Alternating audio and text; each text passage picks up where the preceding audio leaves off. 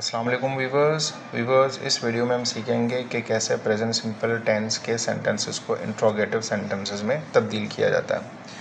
इसका सिंपल सा फार्मूला है जिस do does plus subject plus verb की फर्स्ट फॉर्म प्लस ऑब्जेक्ट, यानी कि किसी भी सेंटेंस के स्टार्ट में हम डू या डज लगा कर उसको हम इंट्रोगेटिव में तब्दील कर सकते हैं, और बशर्ते कि वो जो सेंटेंस है वो प्रेजेंट सिंपल में हो। जैसा कि यहाँ पे देखें, अगर हम फर्स्ट सेंटेंस है डू को अगर हम हटा दें तो योगा आई प्ले क्रिकेट, मैं क्रिकेट खेलता हूँ।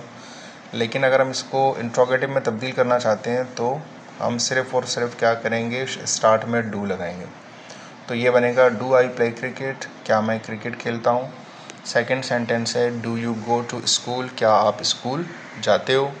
थर्ड है does he read a book, चूँकि ही क्या है, ही थर्ड पर्सन सिंगुलर है, इसीलिए हम यहाँ पर डज़ इस्तेमाल करते हैं। तो ये होगा does he read a book, क्या वो किताब पढ़ता है। फोर्थ सेंटेंस है does she Singh a song, क्या वो गाना गाती है। चूँकि शी भी क्या है, थर्ड पर्सन सिंगुलर है, हम यहाँ पर भी डज़ इस्तेमाल करेंगे। देखिए जितने भी सेंटेंसेस हैं ए शी इट के वहाँ पर डज़ लगा हुआ है। फिफ्थ सेंटेंस है डज़ इट वर्क प्रॉपरली, क्या ये सही काम करता है। सिक्स्थ है डू वी वॉच टीवी, क्या हम टीवी देखते हैं। सेवन्थ है डू दे प्ले फुटबॉल, क्या वो फुटबॉल खेलते हैं।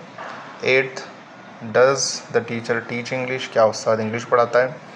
नाइन्थ है does my friend help me, क्या मेरा दोस्त मेरी मदद करता है।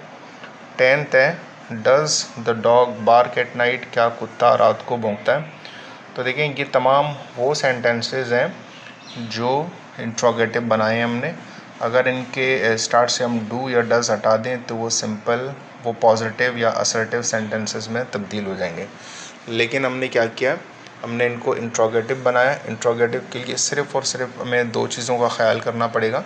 एक तो हम डू स्टार्ट में लगेंगे, डू और डज़, और इसके अलावा थर्ड पर्सन सिंगुलर के ऊपर हम डज़ लगाएंगे। जिन सेंटेंसेस के ऊपर जो पॉजिटिव सेंटेंसेस जहाँ पर एस या ई एस का हम इजाफ़ा करते हैं तो इसमें हम वहाँ पर डज़ का इजाफ़ा करेंगे।